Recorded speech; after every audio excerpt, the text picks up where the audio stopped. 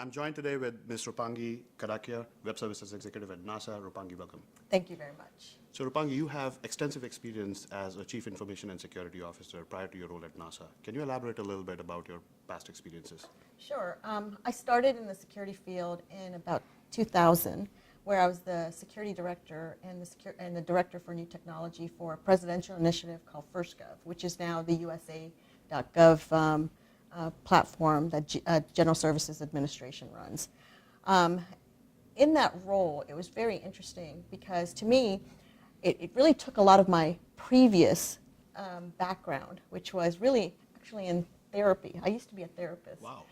And it really helped me understand how to build a good security program or security initiative that really took into account on how to be a good steward of government data. So as we built this FirstGov environment, what we found was that a lot of the security controls, the security risk management strategies really weren't there. They were not part of the NIST framework. So working with NIST, working with a lot of the different government agencies, we built a whole new framework on how to do e-government. Wow. And that has become really the standard for information security now. After that role, I went to the Department of Homeland Security, where I was the Chief Information Security Officer, working very closely with the Cybersecurity Research Director. So looking at not only information management security from a government agency perspective, but also looking at how do we take security and help integrate that into the research, development, testing, and evaluation process of a lot of the products that we were helping other companies consumerize. So to me, that's where my real passion for security really got honed in.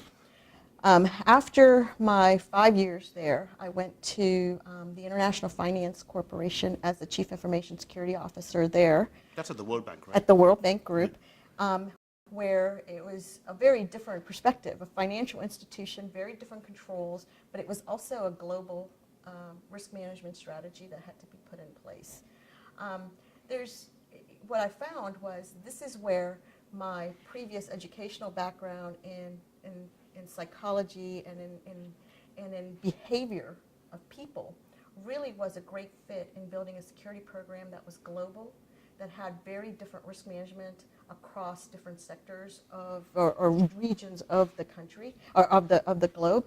And I think I was successful in building a great program that really did have a good balance between giving country offices and their IT staff some autonomy in how they did their business, with very good controls on how we were able to standardize those. Right, and then you moved on to NASA, where I believe you've migrated over 150 applications into the cloud, right, which is no mean feat, right? It's not easy at all, right. And you're also a champion for agile and DevOps practices. So can you elaborate a little bit about what security means to you now, Sure, that you're actually in the weeds trying to get applications out there? Sure, sure.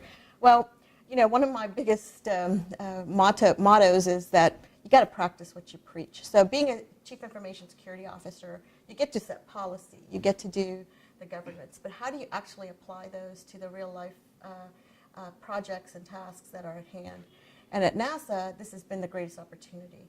Being able to build out an entire security framework in the cloud, in the public cloud of all means, and being able to show realistic lessons learned and optimized ways of moving not only websites, right, which we have, NASA has over 1,500 public ones, but also web applications that could have sensitive data, could have data that really needs to be protected very carefully in a secure way that's optimized, low cost, and something that we can build upon all the way. So talking about data, you have probably a lot of sensors that are bringing data from all over the place, satellites, spacesuits, what have you, and also a lot of vendors perhaps working together with NASA to put all this information together. Where do you see the security threats in that sort of a scenario? Well, when you have many different entities, many different contracts, many different programs that are trying to build out a system, you have very different ways of looking at risk. From a contractual perspective, you may have a requirement for intellectual property, so you may not want to share information, which may have a major dependency or impact on how you look at risk or how you look at data in a different data repository. Right. What I'm finding is it's not really about the applications, it's really about understanding where all that data is and really understanding what you want to do with that data. So I look at it from a 3-tiered model. You got to know what data you're collecting, regardless of what you're going to do with it. Right. Then you have to figure out, well, how are you using that data? So that's your information management piece. And then you really need to start looking at, well, what do you want to do with that information, which is your knowledge management piece. And so what I'm finding is we're really, really having a tough time because, you know, NASA is over 50 years old. We have a lot of data. Where is all that data? So looking at it from a phased approach, looking at projects that we can really focus on what the outcomes and the impacts, positive impacts can be, has been the right way that we have moved forward with these data sets. And then you're also... I'm going to have to interrupt you. Sure. We need to check the microphone. Mine's Whenever you're ready. Right. So, Roopangi, tell us a little bit about how you enable and enforce security policies. Sure. So part of what you have to really understand is you have to understand the culture of the organization that you're working for. What I have found is every single organization I've worked for, whether it's a government agency or an international financial institution or a private sector company, they have a very different threshold for what they call what is acceptable, how their practices are defined, and what is the biggest priorities. So if you think about from a NASA perspective, you know, we are an organization who really wants to share as much information as possible. We have massive data sets of information that we want to share. So we look at integrity very carefully. So my goal is, as I'm building out my web services program, that I focus on integrity and availability of that information. But there are also a lot of data sets and a lot of data that I have that are very focused on confidentiality. So I look at that from a different type of, from a different perspective. So the programs that are really looking at sharing that data are going to have a very different risk threshold than the folks who want to protect the data that they're trying to process. So policies have to be built upon what that culture really looks like. So it's really to enable the business part. Absolutely. Of it, right? So talking about risk, right? So it's not a question of if, but when we get a breach. Right. So there's this term about resilience, right? Can you expand a little bit about cybersecurity resilience for organizations? So resilience basically means that you just have to assume that somebody's in your network. Right. Somebody has access. So how do you, first of all, reduce that exploitation as quickly as possible? How do you keep running your business and make sure that the critical information is not being leaked out? And then how do you recover as quickly as possible? And how do you do that cost effectively? Those are the real resilience factors. Now, there's multiple frameworks that people can use. The Software Engineering Institute has this whole resiliency framework. However, the problem with these frameworks are you can't just take it and it's not a checklist. It's not an apply as is, right? It's not apply, you can't just put a control in place and you'll have resiliency. Right. We have to really start thinking about cybersecurity and risk management in a very different light. We have to look at cost, benefit. We have to look at what is our crown jewels? What is those data assets that are really, really important, that maybe our intellectual property that give us the competitive edge, or that may really have an impact on our reputation if we don't protect them in the way that they're supposed to be protected.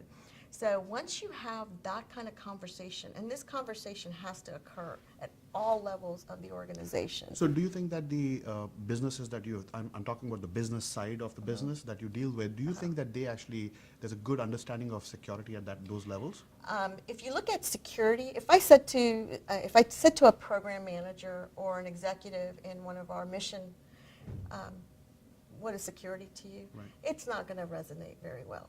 However, if I can put that particular question in a way that really can show business risk, then we have a common ground and a common place to talk. So for example, a lot of work that I've been doing is with the mission directorates. So we have two different kinds of programs. We have programs where we want to share data. So the ones that we really want to share data, I really focus on security from an availability and integrity perspective, and they get that. And then the folks who really want to control data, I talk about it from that perspective. So it's really about making sure that your messaging and the way that you talk to folks about cybersecurity is based on the business risk that those programs understand. So you want to make sure that these messages resonate with their needs, right? Right. So final question for you, really a message for the audience, anything that you look at 2015 and beyond, what kind of message do you want to leave our audience with? Sure. So one of the most important things that I have found is that cybersecurity or information security or whatever you want to call it is really becoming a multidisciplinary program. So if you just want to wait for that cybersecurity or the IT specialist to figure out how to protect, how to make good decisions, then we have lost the game. So I would say the biggest message is how do we build a program within organizations, whether it's government or corporate, where it's really focused on good business risk management. Thank you very much, Roopangi. It was a pleasure. Thank you. Thanks so much.